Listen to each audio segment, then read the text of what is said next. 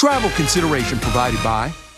Every time I needed a new phone, I had to switch carriers. I told him, at Verizon, everyone can get the best deals. Like that iPhone 15 on them. Switching all the time, it wasn't easy. 35. You're gonna be here forever. And here's your wireless contract. Do I need a lawyer for this? Those were hard days. Representative switch! Now that I got a huge storage and battery upgrade, I'm officially done switching. New and existing customers get iPhone 15 on us when they trade in any iPhone, any condition, guaranteed. I really wish you told me sooner. I did. Kill a Trav with the swing. Tomorrow on ET, we're with the stars, teeing off in Tahoe with Miles Teller giving us a flight status on Top Gun 3. Riding in those F-18s. Let's go. That tournament in Tahoe is always a really good time. All right, before we go, for years, Jimmy Kimmel has been begging to join Magic Johnson and his Hollywood crew for their annual summer vacations. Just imagine this. Well, this year, he finally made it. There's Jimmy with wife Molly on the streets of Spain. Even Guillermo got to cool off in... Happening now. Some people got some good downpours today, so I'll have an in-depth look at the radar, where it is now, and your rain chances as we end out the week. For a lot of people, yesterday's Spectrum outage was a headache, but for some, it cut into their bottom line. How local businesses tell us they worked around it. Plus, how the uncertainty in the American presidential race is affecting NATO and potential aid to other countries. The News at 5 starts right now. All right, good afternoon. Thank you so much for joining us. Well, it's the thing that we've been waiting for a while. Rain. We're finally getting it in some parts of our region right now. Yeah, over downtown at the KSAT studios, a heavy downpour. Sarah Spivey standing by, tracking it all. Sarah, the people who missed out on Beryl, happy to see what we got today. That's right. And we're going to have a couple more chances throughout the next few days. But the neighborhoods that are getting some good rain right now, China Grove, Boltville, right along 410 and inside the loop there toward Highland Park. A few flashes of lightning and, yeah, some gusty winds. But honestly, this is just some very good and healthy rainfall for some of these neighborhoods just south of Houston High School, just west of East Central High School, and then right over Lackland. You know, this was kind of the area that missed out on the rain yesterday, so it's nice to see that they're getting a few pop-up downpours. Now, as is the theme with these summertime pop-up showers, once we lose the daytime heat, we see our rain chances come to an end, and that's going to be the case as we head into the evening hours. Rain chances will end, but end temporarily, because tomorrow we're going to do it all again. A few pop-up showers and storms in the forecast. I'll show you how much rain fell in which neighborhoods today and take a look ahead to tomorrow coming up. Myra. All right. Thank you, Sarah. We'll see you in a bit. Well, while the rain out there today was not from Hurricane Beryl, some local businesses are still dealing with the effect of that storm. Yeah, in fact, yesterday we told you about people across Texas who lost their phone, their internet service because their provider, Spectrum, had its own outages. Now, the service provider, blamed Beryl, but the places that lost business yesterday because of the outages are telling our Garrett Berger that they're asking, what now? Their phones and internet went down Tuesday. Staff at Pets First Veterinary Center didn't really have the option to simply call it a day. For some of our patients, we're doing surgery, we're doing other things, so it's like go time. Fortunately, the animal hospital was able to switch its voice over IP numbers onto cell phones to use. But vets couldn't put patient notes into the system. And with no internet, they couldn't take card payments. Very few people are paying for a $1,000 surgery in cash. We're like, okay, we'll just, on our system, we'll take it tomorrow. But they were fortunate enough to have that option. Giuseppe Buiano's Pizzeria, on the other hand, is a pay-up-front sort of business. 9 days and nobody carries cash, so it was kind of tough. With the credit card reader down, Buiano went to just accepting cash, but people were walking out the door. So he figured out a workaround, have people order from the website in line. It was a good enough fix, but it only came after a frustrating period of watching customers and their money leave. Didn't count about a lot of customers that went away. It wasn't a relaxing day for IT workers either, even though there wasn't necessarily much for them to do. Were you ever able to actually get off the phone yesterday? No, my hand was tied to that phone like no other. I mean, 9 to 5 all day long. Yeah, it was rough. Oof. All right, it seems like it's cooled off today, though? Yeah, no one's called, so I think we're getting clear. Well, the experience left the practice manager at the animal hospital marveling at how fragile modern life and business is. But it's a little scary to me, and I actually kind of lost sleep about it. Not about this business, I know we're protected, but if this were to happen on a grander scale, we'd be in a lot of trouble. Garrett Berger, KSAT 12 News. Meantime, over 1 million people are still without power following Hurricane Beryl. Power crews and trucks are working around the clock to get the power back on. Our sister station KPRC in Houston says that CenterPoint Energy has restored power to about 850,000 customers since the storm hit, and they hope to get that number up to 1 million by the end of today. Now, new at 5, we're learning more about the man and woman who barricaded themselves and 3 children in a motel in Pearsall for hours yesterday. We brought this to you as breaking news last night on the Night Beat. Now, the people that you're looking at on your screen are 50-year-old Willie Terrell and 31-year-old Jessica Terrell. Both of them are now in the Frio County Jail. We're told that the woman, who you see on the right, is facing a charge of interference with child custody, and the man on your left is facing charges of evading arrest with a motor vehicle and interference with child custody. So let's go back, because this case actually goes back to July 5th, when the state of Indiana released a silver alert for the Terrells and 3 children. Now, in Indiana, they have a different criteria for a silver alert. For them, the silver alert accounts for a missing or endangered adult, child, or high-risk missing person. Yesterday, DPS had called Pearsall police saying that a cell phone ping came from that area regarding that specific silver alert. Now, police found the family's van, tried to conduct a traffic stop, and that's when investigators say the Terrells took off and locked themselves in the motel room. Now, hours later, we're happy to tell you everybody came out peacefully. Now, DPS is working to get the children back to their family in Indiana. Also new at 5, 3 people can't go back home tonight after an electrical fire caused some serious damage to their house. This fire happened after 10 this morning on Old Pearsall Road, not too far from Loop 410. Firefighters say they had a tough time putting out the flames, though, because the nearest fire hydrant was a half-mile away. While crews say it does appear to be electrical, they don't yet know the exact cause. So this is a line that divides countries and opinions. The Rio Grande we're talking about, it separates Texas and Mexico, and every day hundreds of migrants try to cross it. Border Patrol agents in the Del Rio sector travel up and down more than 245 miles of river, and they're the ones who are responsible for preventing smuggling and also people from entering the country illegally. Just 6 months ago, agents processed a surge of thousands of migrants over an Eagle Pass. That massive undertaking really drained resources. It forced the agency to shut down an international bridge which hurt trade temporarily. Now, Chief Border Patrol Agent Robert Danley had just been assigned to oversee the sector when that happened, and he had to rush down. We had to clear the numbers because there's a little over 10,000 people in our facilities, and then also underneath the bridge in combination. And we had to get to a safe number, manageable number, where we could make that transition. But yeah, so Danley says that a lot has happened in the 6 months since he's taken the job. Several high-profile politicians, like former president and current presidential candidate Donald Trump, they visited that region. Migrant crossing numbers have also been scrutinized, and the state has been keeping his agency from entering a city park. In a rare interview, he spoke with our Daniela Ibarra about all of those things, and we're going to have much more from their conversation coming up tonight at 6, including the Border Patrol's relationship with the state of Texas. The NATO Summit is underway in Washington, D.C. This one was designed to celebrate the alliance's 75th anniversary, but it's also now a public test for President Joe Biden, whose health and cognitive capacity are in question. So for now, we're going to go to our Washington correspondent, Julia Benbrook. She joins us now live at the White House with more. Julia.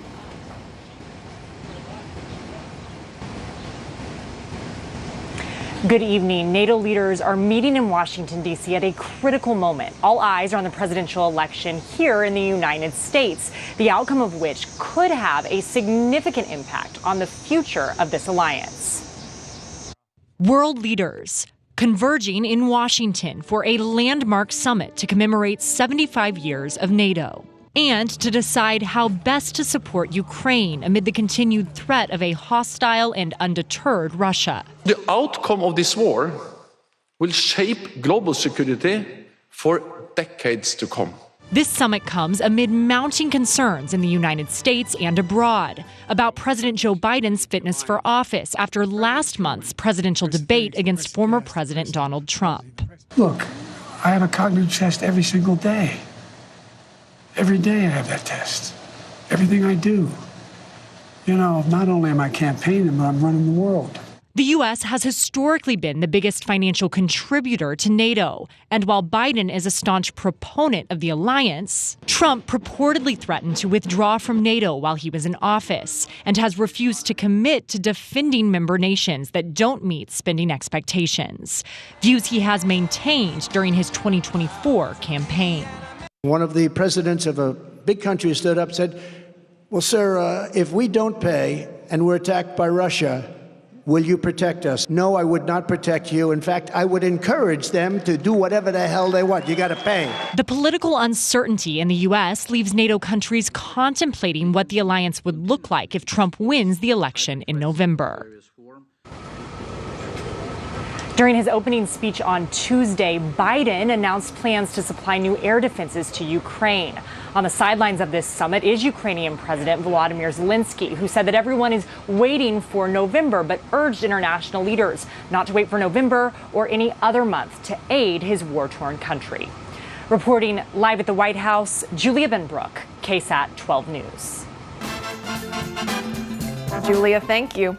Well, if you could have Christmas in July, why not Fiesta? Or at least talk about Fiesta. Today, the Fiesta Flambeau Association announced the parade theme and logo for 2025. Flambeau, of course, known as America's largest illuminated night parade. It's a Fiesta favorite. And the theme for next year is deep in the arts of Texas. We're going to be featuring and promoting all of the arts in Texas: culinary, sculpture, painting, anything to do with literature, anything to do with arts. We are going to promote it this year. Organizers plan to announce their poster contest online tomorrow. The Flambeau Association works on this parade year-round to make sure everything is good to go by the time Fiesta rolls around. Fiesta puts me in a good mood just to mention it. All right, so now we're going to take a look at State Highway 151 near Loop 410. That also makes me happy. Not that much traffic right now. Now, we're showing you this because TxDOT is going to be closing 151 from 410 to 1604 over the next few nights for major construction projects that we've been telling you about. So we wanted you to watch out for that. Still ahead here at 5 o'clock, when you think libraries, you think books. But there's a lot going on outside these rows and rows of good reads. What else libraries have to offer for free? Still to come.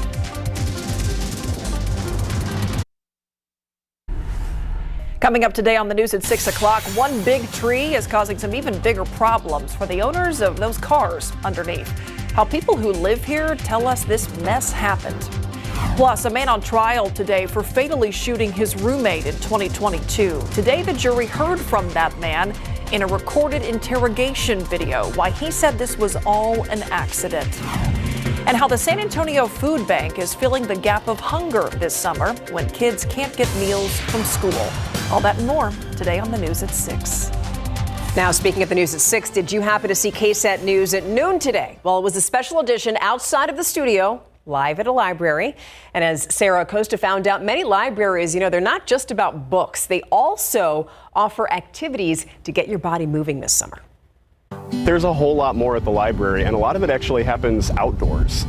Libraries are fully fledged community centers. Enrich your mind and body outside next time you visit the library. And a lot of people engage themselves not just with their mind, but also with their body. And so many of our locations offer amenities for people to play, explore, exercise, walk, get outside, and kind of enjoy the nature of their communities. Scott Williams with the San Antonio Public Library says you can do just that at Mission Library on the city's south side, located to Mission San Jose. There are 2 playgrounds on its campus, exercise equipment, several outdoor seating areas, and a community garden. But it's not just here where you can enjoy the outdoors while visiting a library. We have 8 locations that have playgrounds. We have 8 locations that have adult fitness centers. We have 4 locations that have walking trails. One of my favorite types of libraries are the ones that are actually located inside of or right next to a park. Like San Pedro Branch Library, located next to the oldest municipal park in Texas, San Pedro Springs Park, complete with trails and a swimming pool. Williams says San Antonio Public Library's goal is to not just provide free books and resources, but meeting the community where they are and to bring people together. It's not just about books. It's about an access point for expanding your mind, expanding your body, expanding your experience, expanding your connection with your community, because it's also a place to meet other people who are like-minded, like you. Sarah Acosta, KSAT 12 News.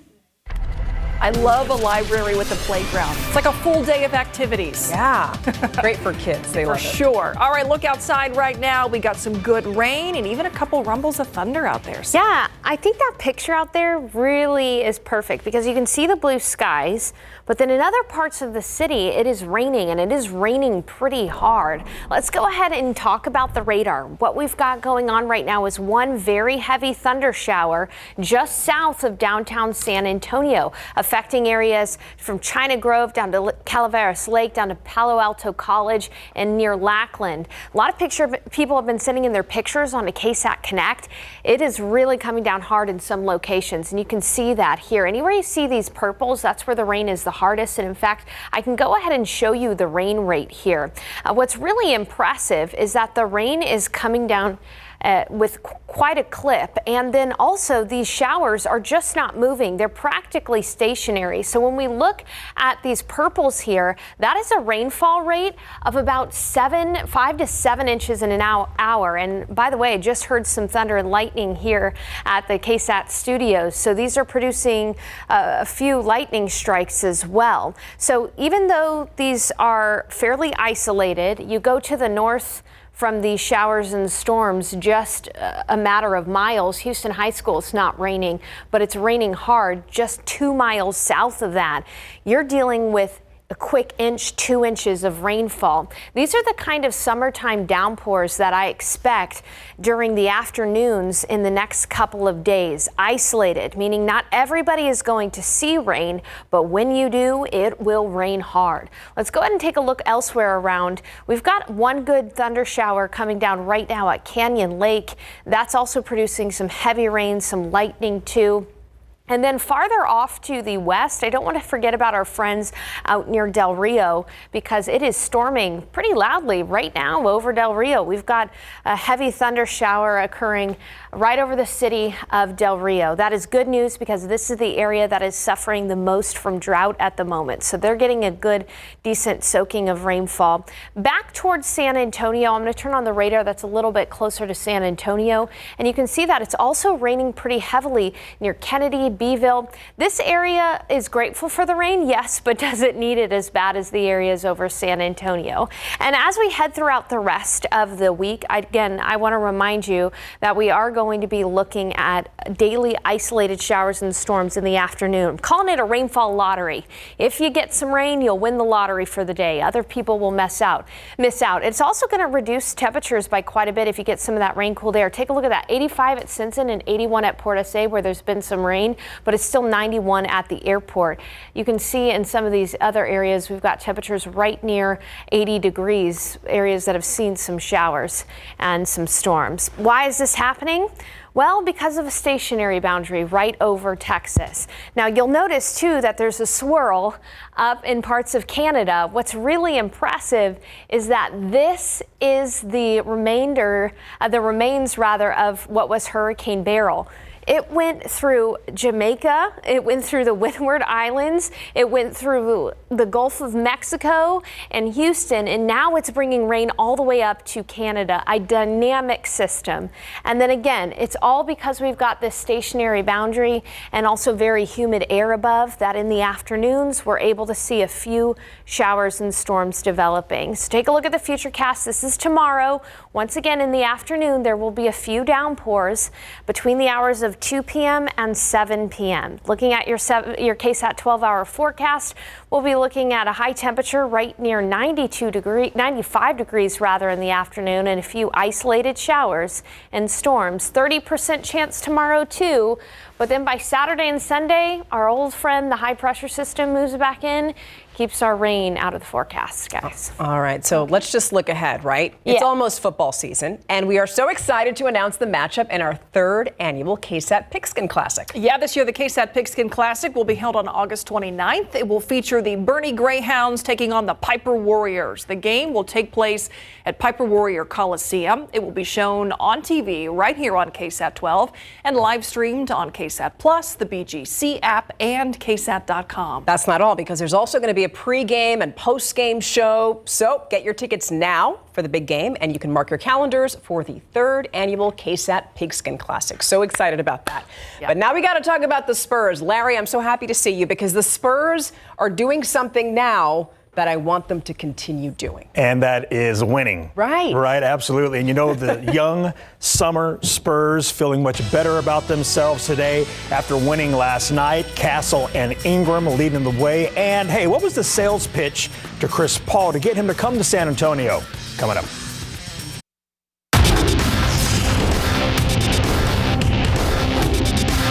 Felt good. I felt more excited for this group than I am for anybody else.